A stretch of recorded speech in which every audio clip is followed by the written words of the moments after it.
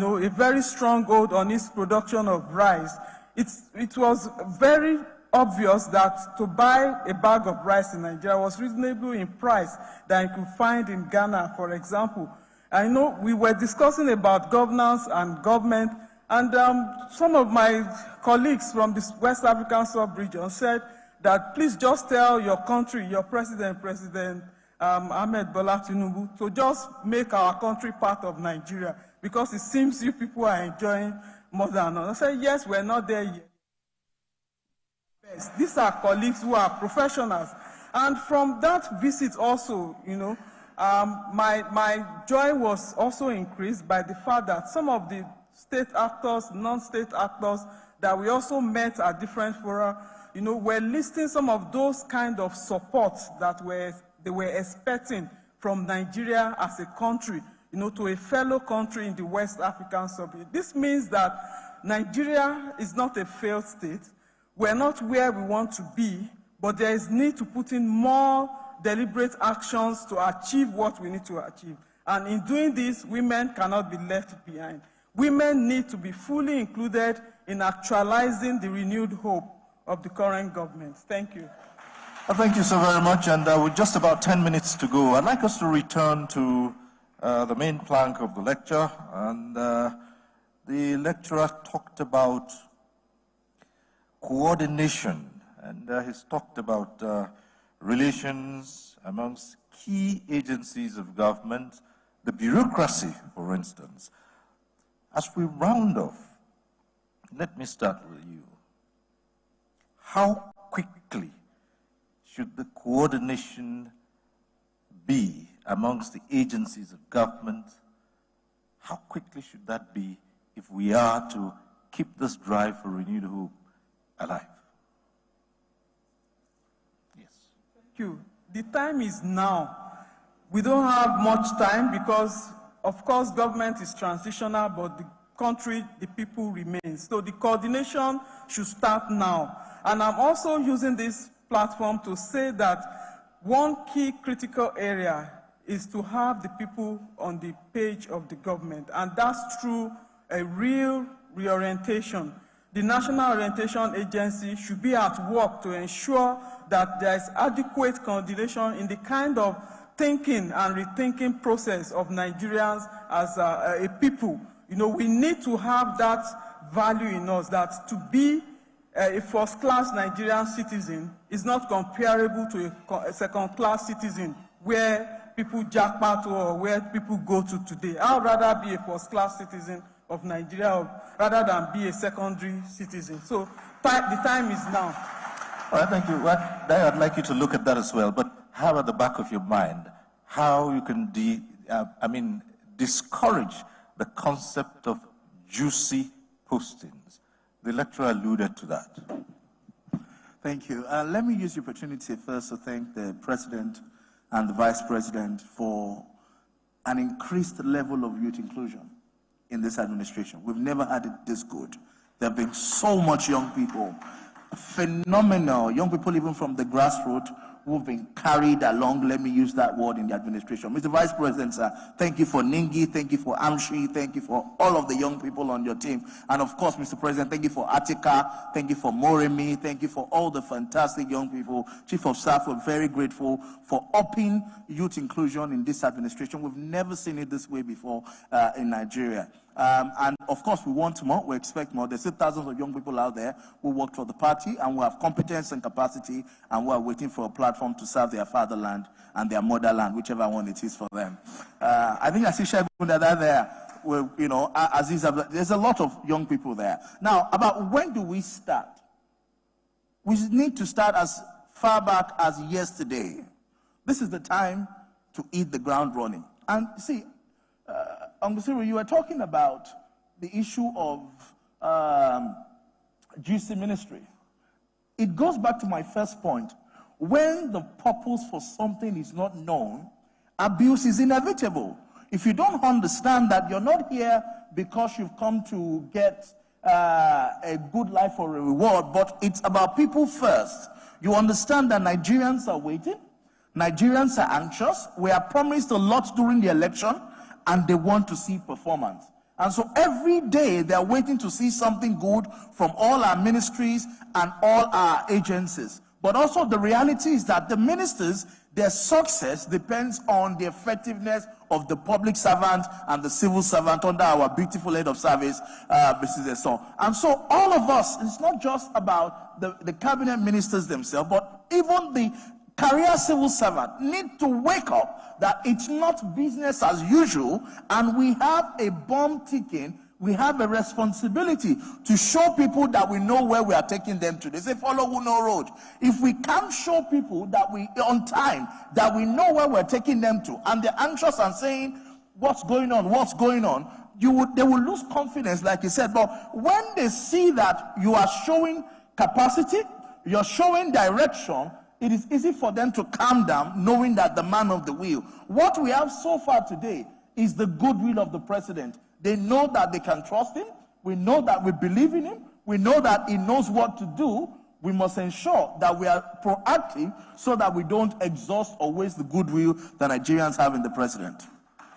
Thank you, Prof. And on to you, Prof, in rounding off. I'd like you to quickly look at how you can, in promoting effective development through effective leadership. I'd like you to look at the role from the office of the Secretary to the Government of the Federation, to the head of service, to the Chief of Staff, pitched against the bureaucracy, the technocrats, and those in office. How do you de-escalate what would seem like a struggle for supremacy? That's great. It depends on the Chief Executive to clearly delineate their boundaries in terms of jurisdiction and authority. The Secretary of the Government of the Federation is the most senior, within which he coordinates and oversees all the ministries through the permanent secretaries. The Chief of Staff to the President is the Principal Secretary, the gatekeeper to the President and Commander-in-Chief of the Armed Forces. That is the Chief of Staff to the President and Commander-in-Chief. Then the head of service is the Chief Civil Servant. The SSG may be a political appointment, but the head of service is a technocrat like the permanent secretaries and other directors. They are the nerve center of implementing government policies. They know the secret of the government.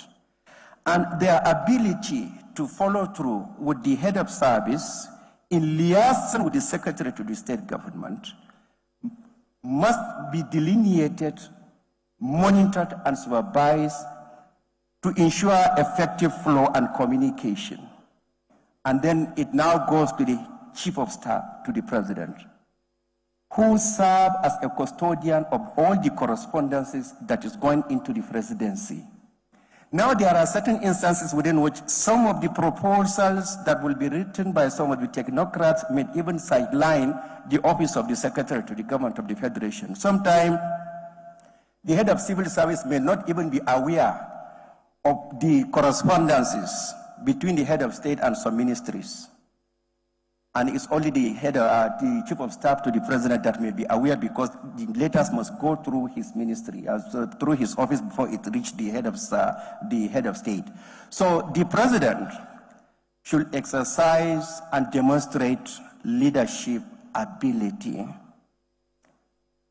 to ensure that the delegative responsibilities are effectively respected, that each for its responsibility and each for its jurisdiction and authority. Without that, if the President just leave it as it is, without delineating the functions and the roles of these three principal officers, the permanent secretaries then will now run to any of the offices, depending on the one that is on the book, what you call green book, or the most favored based on their perception. So all in all, what I am saying is, whether it is the Secretary to the Government of the Federation, the Chief of Staff to the President, or the head of civil service, it depends on their relationship with the President based on the perception of the principal officers that make them to act. But the President, based on the missions and the visions that I have seen, I think he is capable of carrying along through each of the ministries performing relative to the areas of their jurisdiction and function. And may I seize that opportunity to say that we are only hammering on the Federal Republic of Nigeria. We have to take into cognizance the subunit that make up the Federal Republic of Nigeria.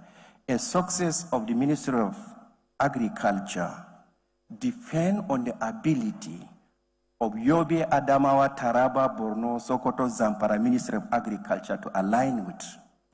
And then the successes of the state ministries also depend on the successes of the departments of agriculture in the respective local governments. So when you are talking about coordination vertically, you just don't have to neglect the horizontal coordination between the tiers and the arms of the government. Thank you very much. All right, thank you. And it is on that note we round off this segment of the symposium. I'd like you to once again appreciate the discussants. Mufuliat Fijabi, thank you. Israel, thank you, always a delight. And Professor Ibrahim Umara, thank you very much. Your Excellency, Mr. Vice President, that concludes this segment of today's program. And at this point, let me call on my colleague, Eugenia. Right, there you are. Right, it swings back to you now. Thank you.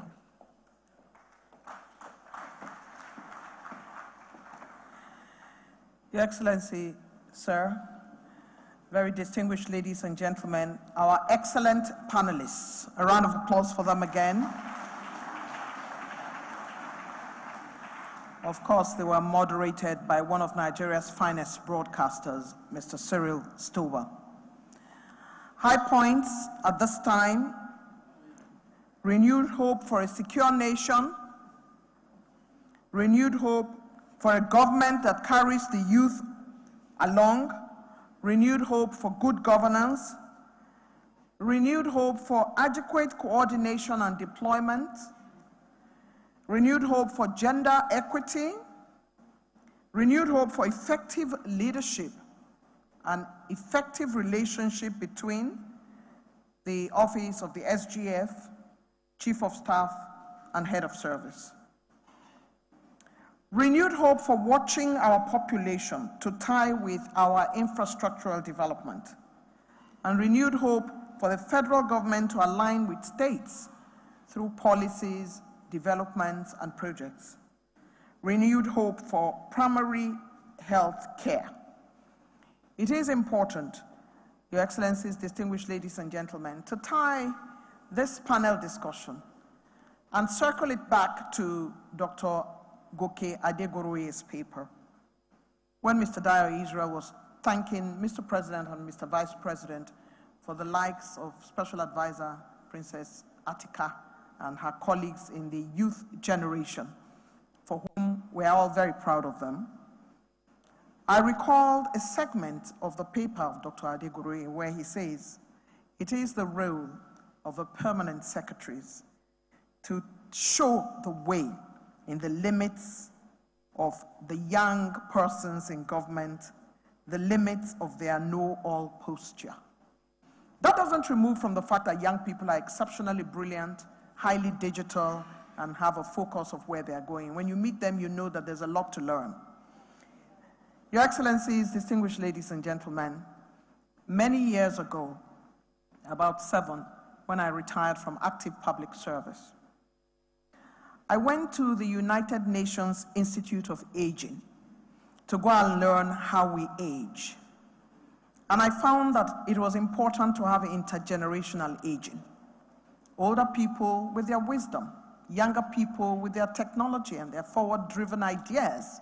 And I was sent to that establishment by a woman who has spent all her time working on the aging population. A woman who sat in the NGO space and built capacity for so long. I was sent there by a lady called Dr. M.M. Omakwaru, whom the federal government deemed fit to make Director General, National Senior Citizen Center.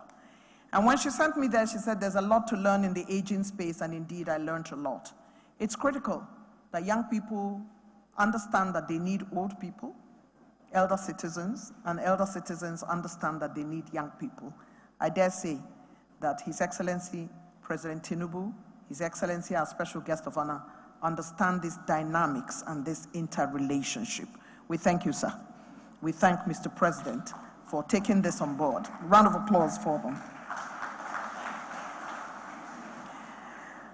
Your Excellencies, distinguished ladies and gentlemen, at this time I would like to invite for an intervention His Excellency the Speaker of the House of Representatives, Right Honorable Tajuddin Abbas.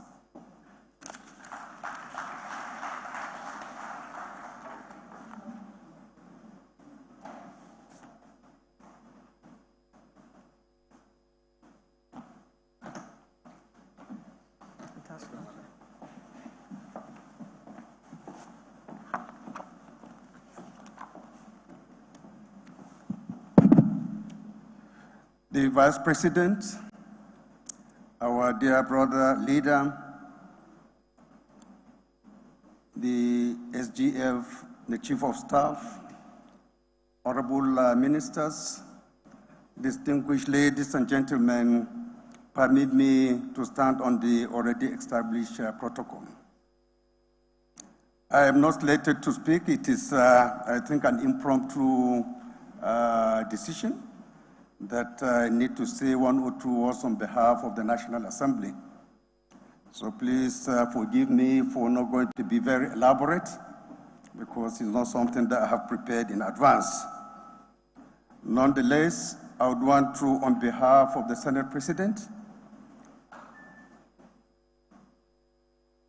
distinguished senators and honorable members of the House of Representatives, to welcome each and every one of you to these very historic occasions.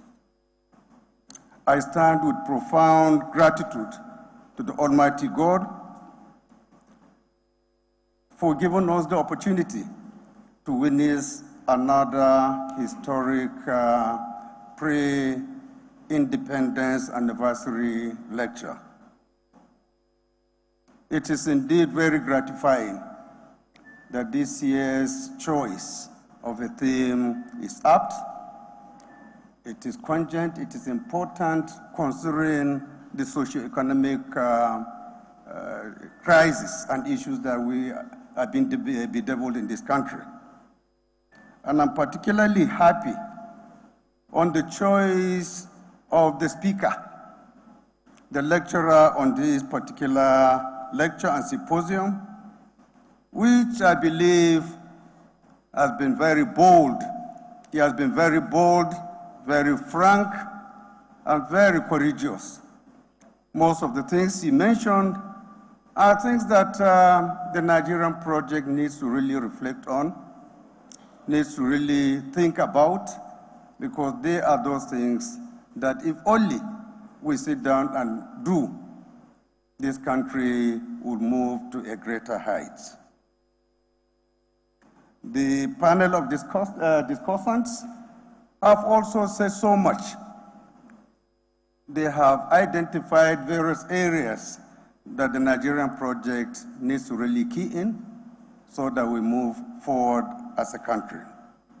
But one thing I must also have to emphasize concerning all their contribution is an aspect, an area that previous administrations have not taken serious, and that is the issue of living wage and the fight on corruption. The discussant has spoken, maybe slightly on that issue, and that issue is the issue of coming up with a living wage. It's the foundation of a corrupt-free society. If a worker is paid well, he is paid enough to be able to afford his basic needs, it will help to eliminate corruption in a significant way. Because he does not need to steal to be able to feed his family. He doesn't need to steal to be able to pay his rent. He doesn't have to steal to take his children to school. Today in the Nigerian project, this is what is completely absent. Particularly when we look at the socio-economic realities of today, the hyperinflation, the level of our wage. I don't see how any Nigerian can be able to work in a transparent, in an effective manner. So I would want to call on this administration to please look into this issue. Let us, for the very first time, sit down and look at means and ways of coming up with an effective living wage system. A wage that each and every Nigerian, irrespective of your position, you have enough to eat, you have enough to pay rent, you have enough to pay for your transportation to office. Unless we solve that problem, the issue of corruption will continue to be just a myriad. Fight against corruption will not succeed. So thank you, honorable colleagues, for this opportunity given to us. And I want to assure you all that the 10th National Assembly has never gotten the right opportunity to operate well. Because this is the only time in the short history of Nigeria that you find the president of the country as an ex-National Assembly member, the vice president as a former National Assembly member, the SGF as the former National Assembly member, the chief of staff as former National Assembly member. Majority of ministers sitting here all happen to be product of the National Assembly at one time or the other. So we are lucky in the National Assembly that we have our own people whom we are thinking in the same lane that are also on the other side. So we have no excuse. We have no excuse to the Nigerian people that we cannot be able to succeed, particularly at this very trying time. We have people from the other side that are willing to come to us. And we are people as well who are willing to also go to that side for us to harmonize, to partner, to collaborate in ensuring that the Nigerian people get the best out of us. I would want to seize this opportunity on behalf of the National Assembly to congratulate the President, the Vice President, the entire executive branch, and indeed the Nigerian people for this golden opportunity we have to celebrate the 63rd anniversary. It is an opportunity for us to reflect what we have gotten it wrong in the past and be able to come up with solutions that will ensure that the future is going to be a much, much brighter one. I thank you all for listening, and I wish you all the best. May God bless the Federal Republic of Nigeria. Thank you very much.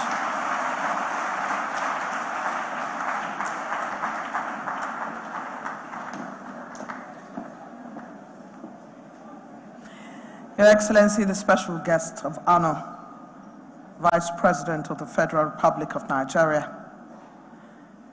the Right Honorable Speaker of the House of Representatives has spoken. Living wages, eliminating corruption. And then he decided, like we do when our classmates and our schoolmates ascend to positions, to begin to pull out everyone who used to be at the National Assembly.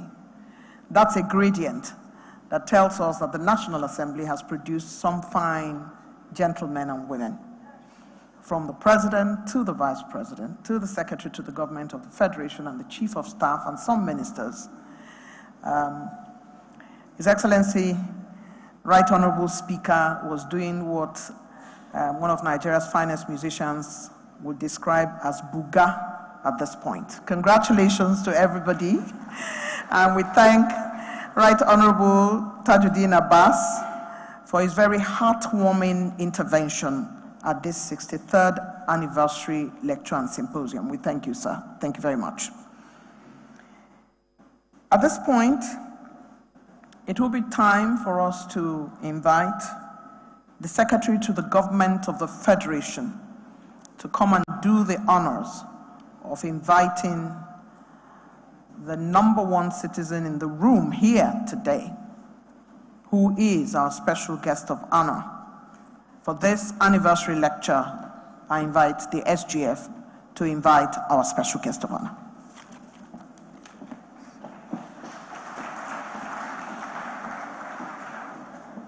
Your Excellencies, distinguished ladies and gentlemen, it is my honor to invite His Excellency the Vice President, our special guest of honor, to come forward and make his speech. Your Excellency, sir.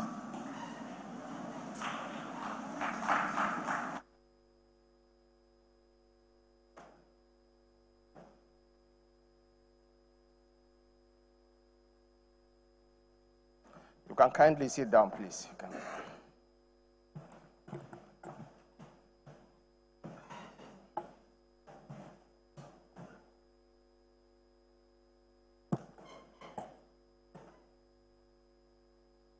Born in Zaria in 1962. She calls herself a media personality, a multi-talented broadcaster, a consultant, a poet, and a writer. But she is much more than that. She is an activist, she is a feminist, and for well over 2 decades in primetime television. She was Nigeria's answer to Oprah Winfrey, Christiana Amanpour, Katie Couric, and of course, Barbara Walters' role into one. Thank you so much, Eugenia Abo. Your Excellency, the Speaker of the House of Representatives, Right Honorable Tajuddin Abbas, the Secretary to the Government of the Federation, Senator Dr. George Akume, the Chief of Staff to the President, Right Honorable Femi Gbajabiamila, the Head of the Civil Service of the Federation, Dr. Folashade Yemi Esan, members of the Federal Executive Council present, special advisors and other senior aides to the President, permanent secretaries, directors general, and heads of extra-ministerial agencies and parastatals, members of the diplomatic corps, our royal fathers, elder statesmen and captains of industry, distinguished presenter of the anniversary lecture, Dr. Adegoke Adegoroye, members of the organizing committee of Nigeria's 63rd Independence Anniversary Public Lecture, honored guests, distinguished ladies and gentlemen. Today we gather to honor Nigeria's journey to redefine its destiny. Today we stand on the precipice of history to reflect upon a nation that has defied the predictions of doomsayers, a nation that has become the metaphor of resilience. Over the past 63 years, we have not only survived, but thrived because of our collective resolve, our commitment to progress, and the enduring spirit of unity that binds us together, from Aba down through to Ogbomoso, to Zaria, to Burning Kebbi, despite the conspiracies of minor vested interests.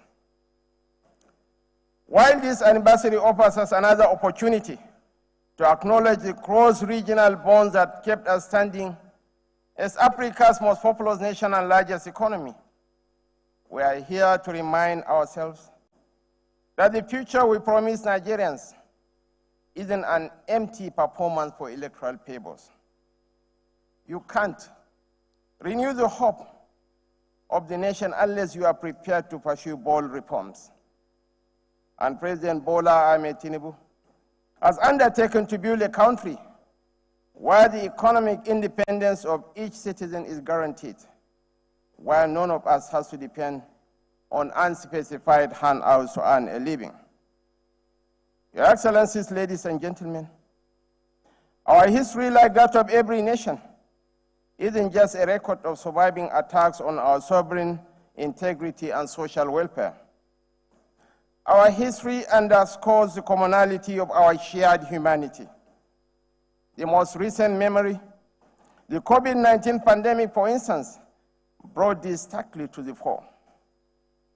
The tragedy reminded us that viruses do not discriminate based on ethnicity or religion, and that our strength as a nation is driven by our collective faith in the ideal that define us and the moral character of our leaders. Your Excellencies, ladies and gentlemen, I love Nigeria. I believe in the Nigeria project. Not because of my vested interests. I am 57 years old. As per the UNDP, the average age of a Borno man is 47. So I'm well past my prime. Certainly not because of my family. I have only a wife and 3 kids. I believe in Nigeria because if Nigeria works, the black man works.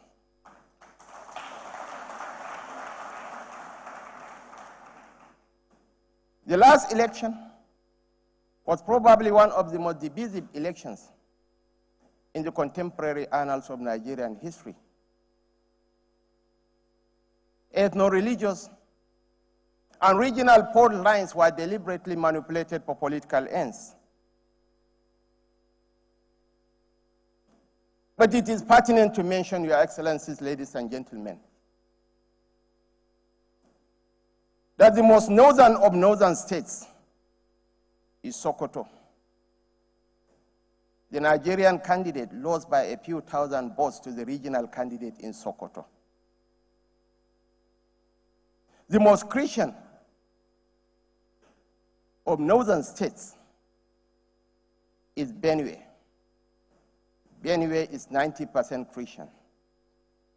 And the Nigerian candidate defeated the religious candidate in Benue State, courtesy of the Prince of Wanune, the mercurial George Akume and his team.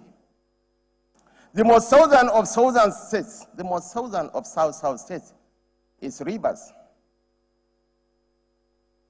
Again, the Nigerian candidate defeated the religious candidate in Rivers State, courtesy of the enigmatic, mercurial Nyesom Ezenwo Wike.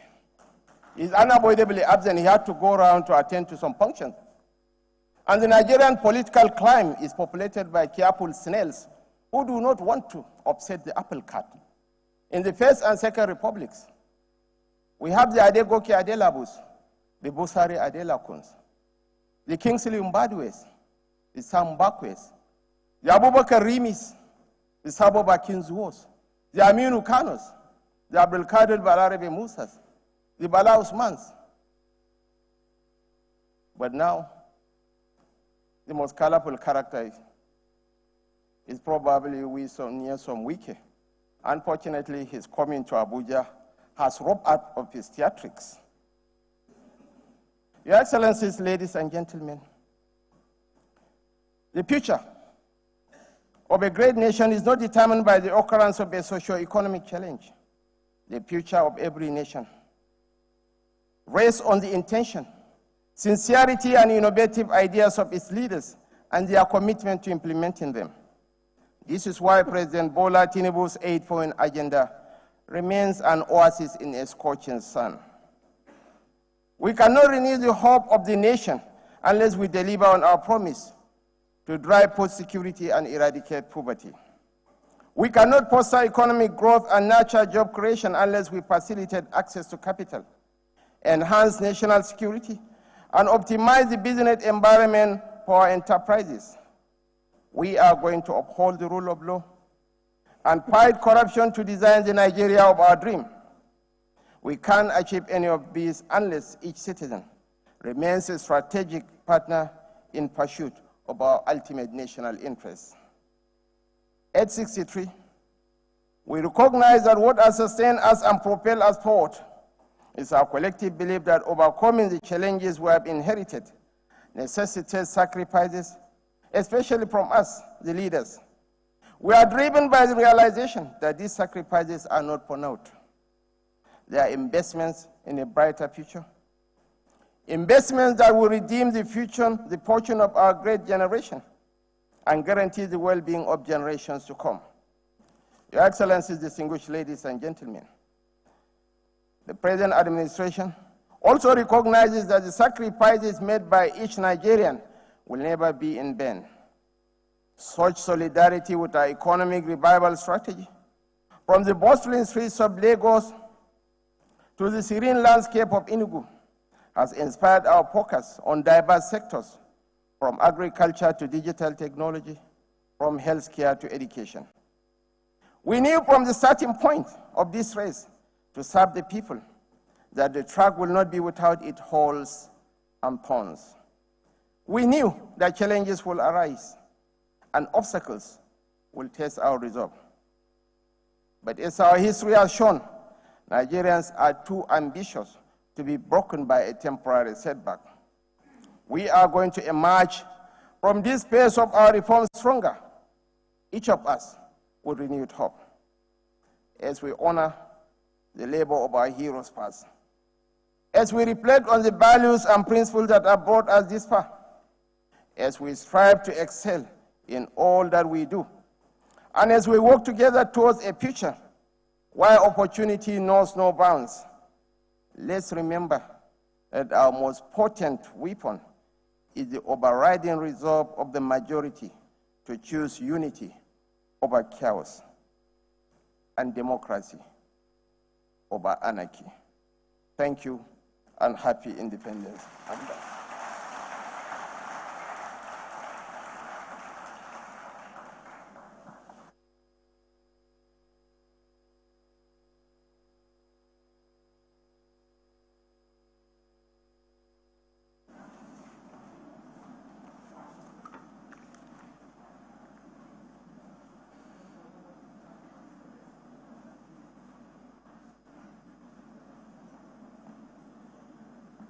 Your Excellency, the special guest of honor,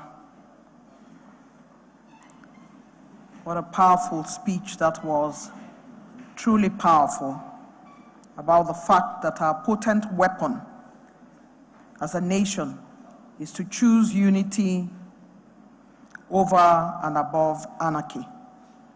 In addition to that, the government in this administration plans to enhance national security, uphold the business environment, uphold the rule of law, and to remind ourselves as we gather here that the future promised Nigerians by His Excellency the President and the Vice President is not an empty talk. And the future of any nation rests in its plan to innovate and create. His Excellency the Vice President reminded us severally how much he loves Nigeria and how we should put together our shared humanity to move the nation forward. Let's give another round of applause to our special guest of honor, who has spoken so well and who has delivered such a powerful speech that we would remember. I'd like to add a caveat. Your Excellency, I'd like to thank you, sir, for your kindness, for choosing to celebrate a humble person like me just before your speech. It is truly humbling, and I truly appreciate it.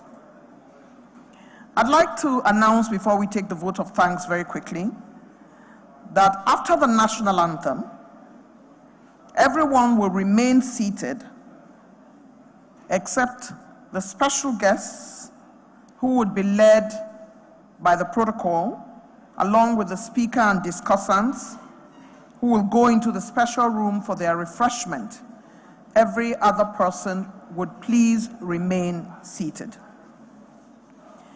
Your Excellency, sir, the Vice President of the Federal Republic of Nigeria, would like to thank you for staying the tide with us throughout this afternoon. And you were a bit distracted when I thanked you, sir, for just making such an incredible honor at this time to my humble self. I thank you, sir. At this time, I'd like to invite a woman very much after my heart. May I please ask you to be quiet at the back? Our special guest of honor is still in the room. Can the ushers keep it quiet at the back, please? Thank you very much. Your Excellency, I'd like to invite a woman very much after my heart, sir. One whose father was iconic and whose name you mentioned in your speech. In her own right, a very cerebral woman. Her father, iconic, even when we were in ABU Zaria, his name went ahead of him, Professor Bala Usman. Today, I invite the special advisor to the President on Policy Coordination, my sister and friend, Hadiza Bala Usman, to come forward and deliver the vote of thanks.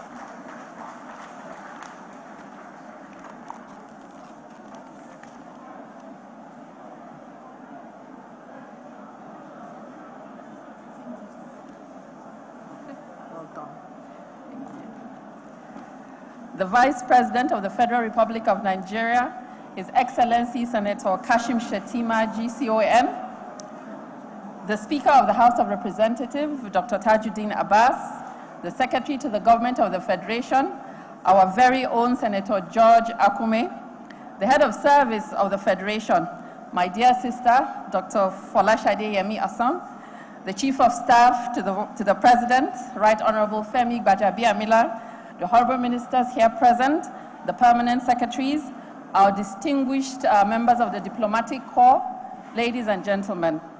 My job here is primarily to thank you all for being here, to appreciate the mandate that has been given to the Interministerial Committee for the 63rd Independence Anniversary Celebration. This committee was ably chaired by the Secretary to the Government of the Federation, His Excellency Senator George Akume, to coordinate this series of events that are started on Monday and will culminate on Sunday. I would also like to express our gratitude to His Excellency, the President of the Federal Republic of Nigeria, His Excellency Bola Ahmed Tinubu, GCFR, for giving us the opportunity to serve Nigeria on the platform of the Interministerial Committee. Similarly, our appreciation goes to the Vice President, His Excellency Senator Kashim, GCON, for gracing this occasion in person and presenting a very exciting submission. This event will remain an interesting part of our 63rd Independence celebration. We would also like to appreciate our keynote lecturer, Dr. Goke Adegore, for coming and giving us a very enlightening presentation. The details, which was also further expatiated by our panelists. The panelists that have come from across Nigeria to deliberate on his lecture, I would also like to extend the appreciation of the Interministerial Committee. On that note, I would like to once again thank the President for granting us this privilege to serve on this committee, and also to thank everyone for gracing us with their presence at this event. Thank you very much. God bless us all, and God bless the Federal Republic of Nigeria.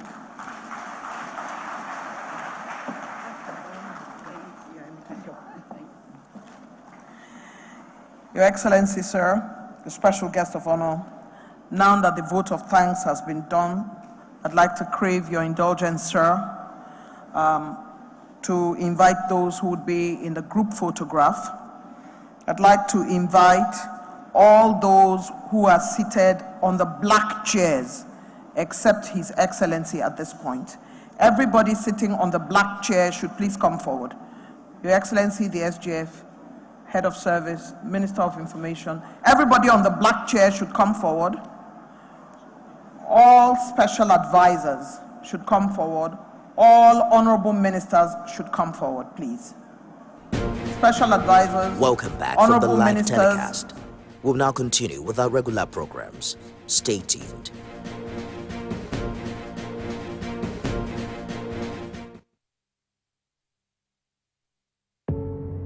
Doubt and fear doesn't occur at the canvas. it shows in the canvas. It shows the conation of raw earthen material slabbed, stroked, and molded at a pace provided by the doubt and fear. Every move way in the struggle of one to the other, merging the past to the present, brushstrokes of colors seen but not known, for when the wailing stops, the pieces settle down in abject beauty erected for a century of a century, speaking, advocating, protesting as the arts are meant to be.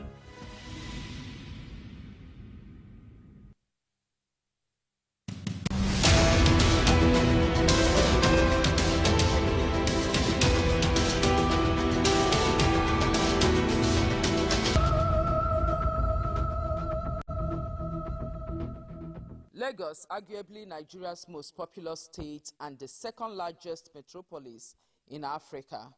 The state population is estimated at about 21 million.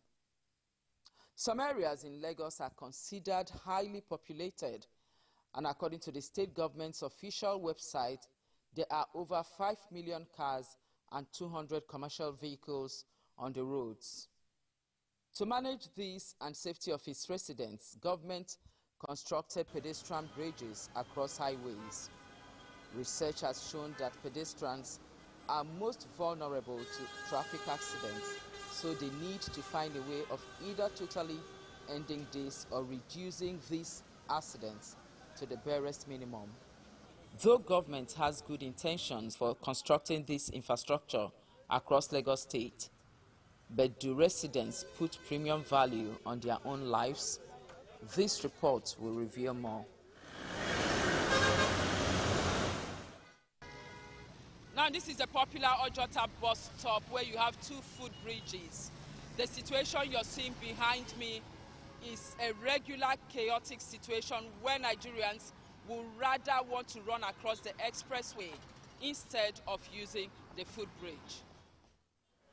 Oftentimes, thousands of motorists that apply these routes are made to sometimes either slow down or stop abruptly for people to cross the expressway. The case is not different as several other footbridges across the state. Meanwhile, there are those who say they make it a point of duty to make use of the bridges. I don't want to risk my life, and there's this peace of mind crossing the bridge as opposed to crossing and then looking sideways if the vehicle is coming or something. So that's why I decided to use the footbridge. It's a proper thing to do. Yes, that's why. And if there was no bridge, people will say the government did not put a bridge there. Then if you look at Ojota, right behind me on this footbridge, right behind me there's another bridge, about 200 meters apart. Yet people cross the road. It is indiscipline. I like my life now. I don't want to endanger my life to cross because government have already do this one for us to cross. So if you like yourself and you like your life, you will climb the bridge and cross the other side. It doesn't take too much time. Those who don't also have their reasons. The reason we are crossing the express because it's very easy. It's very fast, and because of me, I don't want to climb the bridge because of my leg. I have bow leg. When you get to that bridge there, you see people defecating there, and it pisses me off. So that's my reason. There's a footbridge right behind you and one before you. Oh, Jesus. This particular man was very willing to speak with us until we popped the question. Then he tried to hide his face. Well, sometimes it's about the... Sometimes, no, I want to look at it. Sometimes it's about the convenience. Yeah, it's wrong, but then, especially when you are off for an appointment and all that. So, it is what it is. In the course of this report, we ran into Mufta Issa, and we saw him sweeping the bridge. He's a member of staff of Loma, and every day it is his duty to clean the footbridge. This he does not just diligently, but also delightfully. Time when I get this accident, Mom, my sisters is to really give me food and really feed me. Yes, I see that it cannot be like that long ago. That's the only thing. I just decide, say I want to come Lagos. So I come Lagos. I see some people are begging on the road. That time, myself, I joined them to begging, but at the shame, I climbed that bridge one day. So I say, this myself is dirty now. When I start to clean this bridge, it started to be people when we are passing, they give me something. He passed the man, stand for me road to begging. Yeah, I'm really starting that work on really 80 years ago, before government attended to me. Then they start to come and meet me one day for Alakpere, that estate, that bridge where they for estate Alakpere. So that place, Nadia, they worked before. So I see just them from Loma office, then say people will come the office and come talk about me. Government is pay me.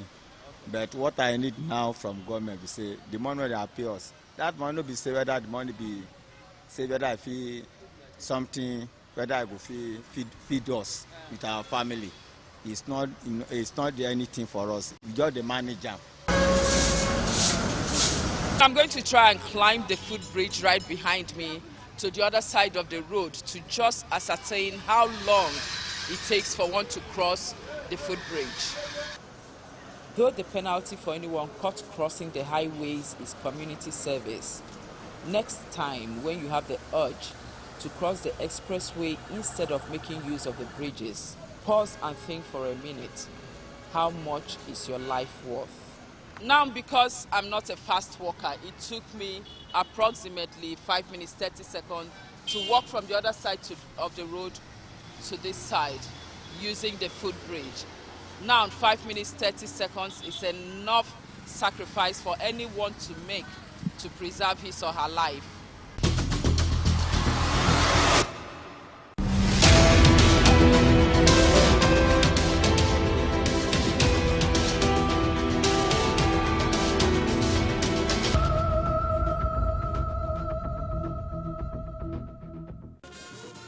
This is another visit by a new Minister of Sport to the abandoned Lagos National Stadium in Surulere. Minister of Sports, John Eno, touring the Lagos Stadium, which is now a shadow of its old glorious self.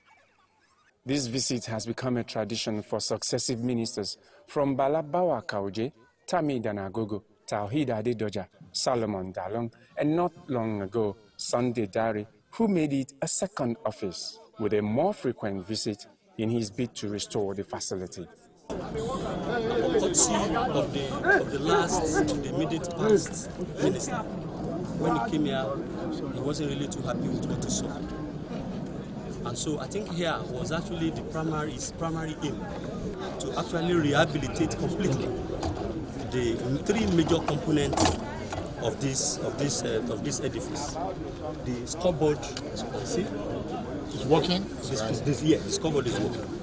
The pitch, and then the Tetan track. The philanthropists actually spent over $1 million from records that we have.